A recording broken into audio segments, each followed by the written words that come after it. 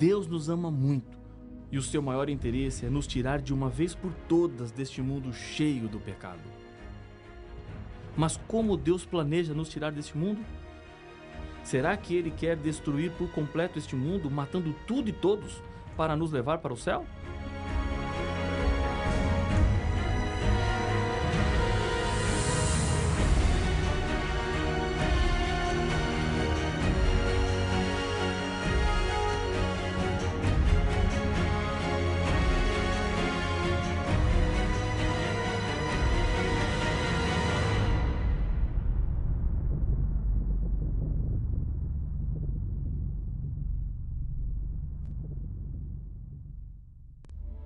A Bíblia nos deixa bem claro que o final do pecado e do mal acontecerá quando Jesus voltar a este mundo.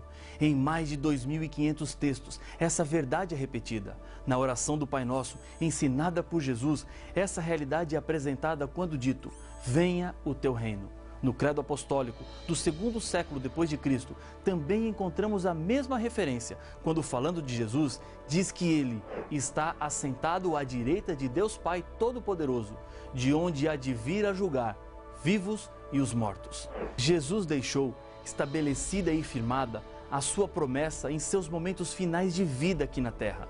No Evangelho de João, no capítulo 14, nos 3 primeiros versos encontramos: não se turbe o vosso coração.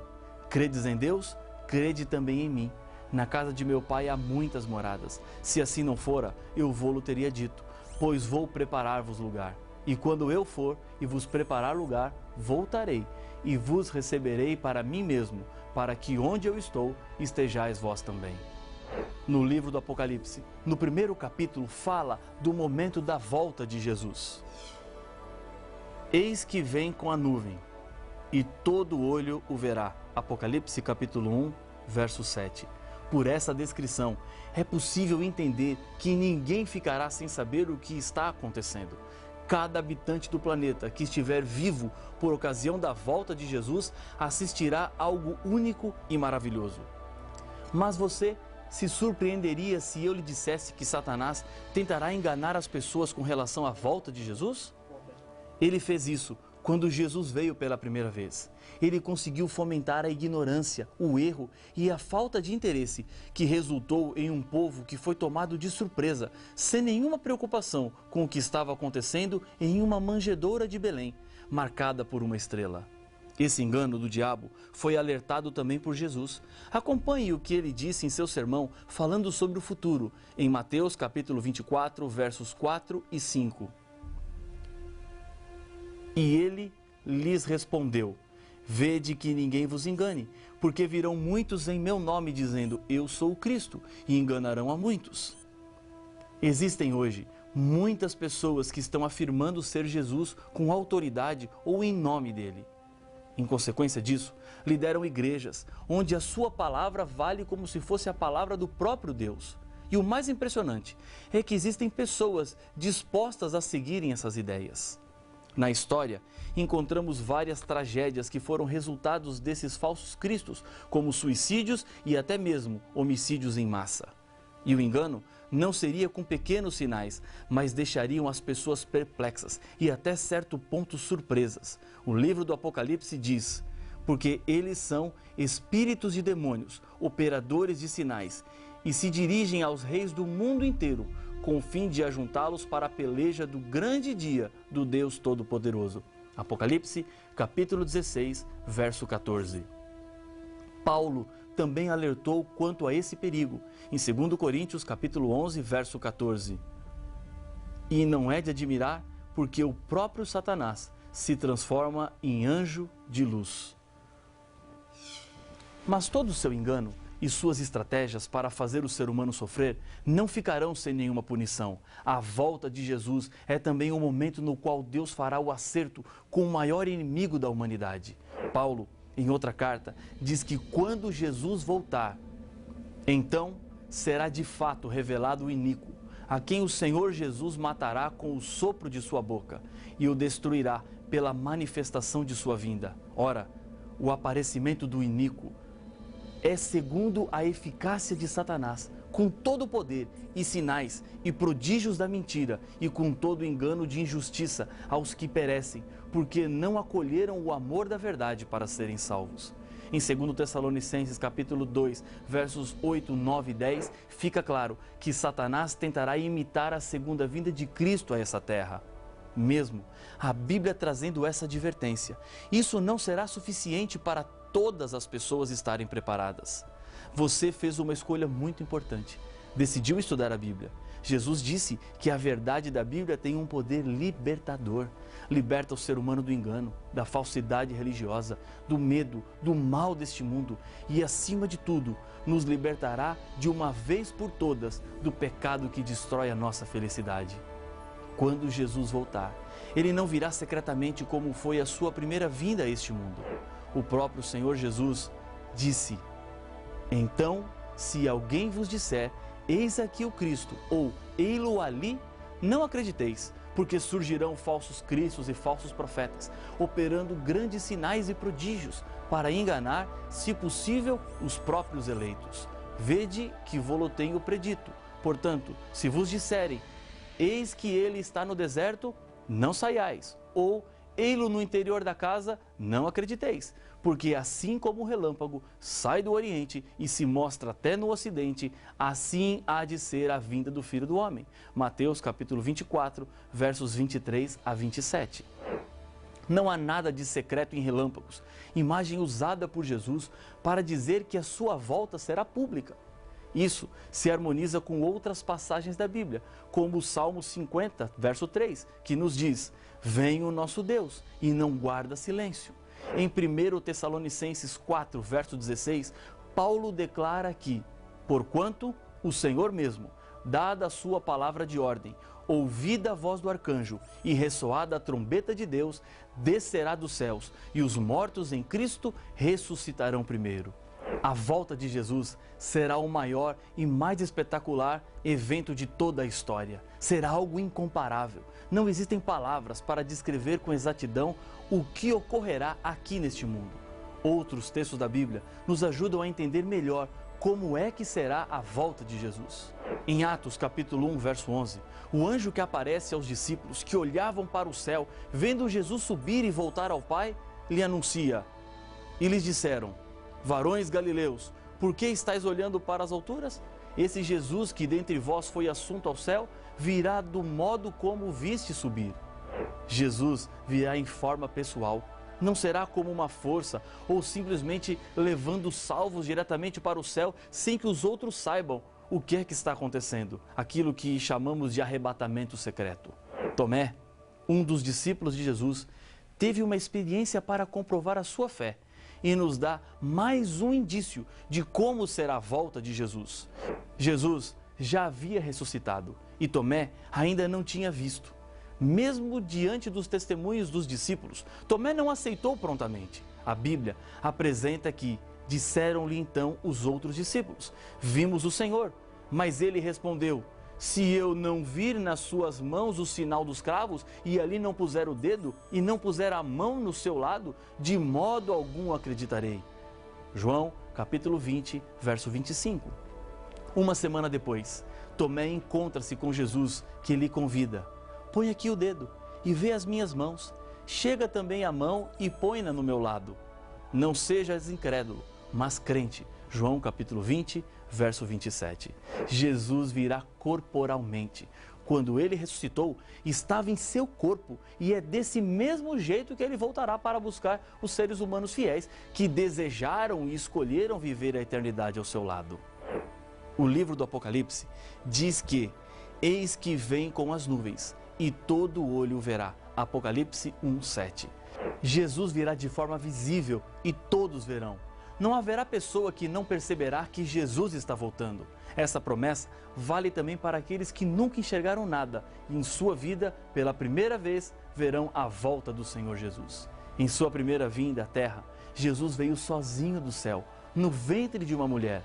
Mas isso não é o que acontecerá na segunda vez, porque Jesus nos diz: e ele enviará os seus anjos, com grande clangor de trombeta. os quais reunirão os seus escolhidos dos quatro ventos, de uma a outra extremidade dos céus. Mateus capítulo 24, verso 31. A segunda vinda de Jesus é o ponto alto do plano da salvação que Deus traçou para resgatar os seres humanos das garras do mal. Da mesma forma que, quando compro alguma coisa e pago e peço para que aguardem para que depois eu venha buscar, Jesus nos comprou com seu sangue. Ele quer que sejamos guardados entre os seus salvos enquanto Ele está preparando moradas no céu e finalmente Ele voltará para nos buscar, porque a salvação já está paga. Os anjos de Deus recolherão todos os fiéis dos quatro cantos do mundo e neste dia também será o momento do acerto de contas com Deus. No Apocalipse capítulo 22, verso 12, João nos diz que com a volta de Jesus, ele dirá: "E eis que venho sem demora, e comigo está o galardão, que tenho para retribuir a cada um segundo as suas obras." Naquele dia não haverá desculpas. A tendência de esquecer as nossas responsabilidades é percebida em muitos aspectos das nossas vidas. Grandes esforços são feitos em muitos tribunais para tentar inocentar um criminoso culpado. Algumas das desculpas dizem que ele não pode ser responsabilizado pelo que fez, pois quando era criança foi abusado e por isso tem esse comportamento agressivo. Quando dois carros batem, na maioria das vezes gera-se um impasse em quem é o culpado. Um sempre quer colocar a culpa no outro. Não está distante de nós o dia em que cada um dará contas de si mesmo a Deus. Diante de Deus, não podemos justificar as nossas culpas e nem querer colocar a culpa em alguém. Você precisa abandonar o que hoje está lhe afastando de Deus. Ele te chama para uma nova vida aqui na terra e assim, Ele quer lhe preparar para o dia do grande encontro. Será um momento de muita alegria, um dia maravilhoso para os salvos. Isaías, falando sobre esse dia, nos diz que tragará a morte para sempre. E assim enxugará o Senhor Deus as lágrimas de todos os rostos e tirará de toda a terra o opróbrio do seu povo, porque o Senhor falou. Isaías capítulo 25, verso 8. Momento do reencontro com pessoas queridas, mães com seus filhos, filhos com seus pais, pessoas que foram separadas de nós por causa de tragédias, abraços carregados de saudades, mas ao mesmo tempo comemorando um tempo de paz e alegria que nunca mais terá fim. Eu quero encontrar algumas pessoas que deixaram marcas positivas em minha vida, mas que por causa da morte já não estão mais aqui. Será o fim de todo o mal. Para aqueles que não se entregaram, a volta de Jesus, ao invés de ser um momento de alegria e comemoração, será um tempo de choro, angústia e medo. Diz a Bíblia que na volta de Jesus, e o céu recolheu-se como um pergaminho quando se enrola. Então, todos os montes e ilhas foram movidos do seu lugar. Os reis da terra, os grandes, os comandantes, os ricos, os poderosos e todo escravo e todo livre se esconderam nas cavernas e nos penhascos dos montes e disseram aos montes e aos rochedos: "Caí sobre nós", e escondendo-os da face daquele que se assenta no trono e da ira do Cordeiro. Apocalipse capítulo 6, versos 14, 15 e 16. A diferença entre esses dois grupos está determinada pela sua aceitação ou não de Cristo Jesus como seu Salvador. E eu quero neste momento lhe convidar a aceitar Jesus. Talvez você esteja se perguntando: o que envolve aceitar Jesus? São duas coisas que a partir de agora farão parte da sua vida. Primeiro, aceitar Jesus significa reorganizar sua vida de acordo com a Bíblia Sagrada. Jesus deixou isso bem claro no Sermão do Monte, quando disse: "Todo aquele, pois, que ouve estas minhas palavras e as pratica, será comparado a um homem prudente, que edificou a sua casa sobre a rocha, e caiu a chuva, transbordaram os rios, sopraram os ventos, e deram com ímpeto contra aquela casa, que não caiu, porque fora edificada sobre a rocha. E todo aquele que ouve estas minhas palavras e não as pratica, será comparado a um homem insensato, que edificou a sua casa sobre areia. E caiu a chuva, transbordaram os rios, sopraram os ventos e deram com ímpeto contra aquela casa. E ela desabou, sendo grande a sua ruína." Mateus capítulo 7, versos 24 a 27. Segundo, aceitar Jesus significa obediência às leis de Deus. No mesmo Sermão do Monte, Jesus explica que Nem todo o que me diz Senhor, Senhor entrará no reino dos céus, mas aquele que faz a vontade de meu Pai que estás nos céus. Muitos naquele dia hão de dizer-me, Senhor, Senhor, porventura não temos nós profetizado em teu nome, e em teu nome não expelimos demônios, e em teu nome não fizemos muitos milagres? Então lhes direi explicitamente, nunca vos conheci, apartai-vos de mim, os que praticais a iniquidade. Mateus capítulo 7, versos de 21 a 23.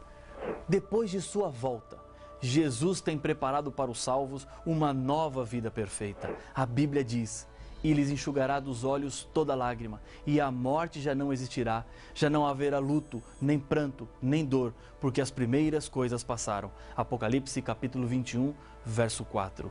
O que é que torna o céu tão atrativo? Será que posso afirmar que são as ruas de ouro ou as portas de pérolas? Não, nada disso. O céu nos atrai porque ali poderemos ver face a face aquele que nos amou tanto que entregou-se para que pudéssemos ter a vida eterna. E é por causa de Jesus que um dia quero estar no céu. E Jesus quer muito ter você com Ele no céu. Deus, nesse momento, está apelando ao seu coração. Chega de lutar sozinho. Deus quer lutar ao seu lado. Ele te ama. Importa-se com a sua vida. Ele vai voltar. E hoje, o que você tem que fazer é dizer, Senhor, eu quero me preparar para viver a eternidade ao seu lado.